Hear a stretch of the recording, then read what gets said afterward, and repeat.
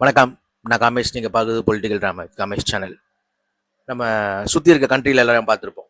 நம்ம பக்கத்து கண்ட்ரியான ஸ்ரீலங்காவில் பார்த்தோம், பங்களாதேஷில் பார்த்தோம், நேபாளில் பார்த்தோம். ஜென்சி புரட்சின்னு சொல்லிட்டு ஒரு பெரிய புரட்சி அந்த நாட்டையே உலகிச்சு. நம்ம எல்லாத்தையும் பார்த்துருப்போம்.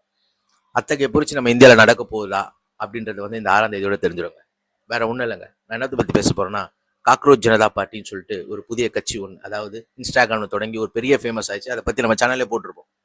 அதோட முடிவு ஆரம்பம் வர 6ஓட தெரிய வருது. என்னடானா, அபிஜித் அந்த அந்த பார்ட்டி தொடக்கப்பட்ட பேர் அபிஜித் என்ற ஒருத்தரால. ஒரு பேர் அபிஜித். அவர் நம்ம இந்தியாவை சேர்ந்தவர் தான். ஆனா இப்ப அவர் இருக்கிற இடம் யுஎஸ்.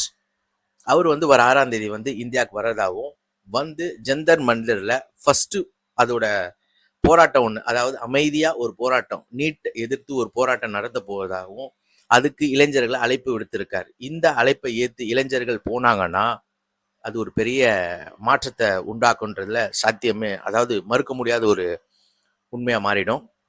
அந்த அபிஜித் அவர் மேல ஒரு குற்றச்சாட்டு இருக்கு. அதாவது அவர் சிஐஏ, அமெரிக்காவோட உளவு பிரிவு சிஐஏன்னுவாங்க. நம்மள இந்தியாவோட ரா எப்படியோ அது போல அமெரிக்காவோட சிஏ.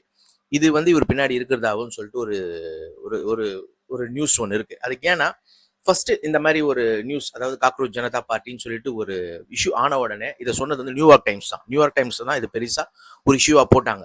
ஸோ அதை வச்சும் இவர் இருக்க அமெரிக்கா வச்சும் இவர் பின்னாடி சிஏ இருக்குமோ ஒருவேளை, அதாவது பங்களாதேஷ்ல என்ன ஸ்ரீலங்கா நம்ம சொன்னோம், அந்த வேலையை இங்க பண்றதுக்கு சிஏ எதிர்பார்க்குறாங்களோ சொல்லிட்டு ஒரு பெரியது அவர் மேல ஒரு குற்றச்சாட்டம் இருக்கு.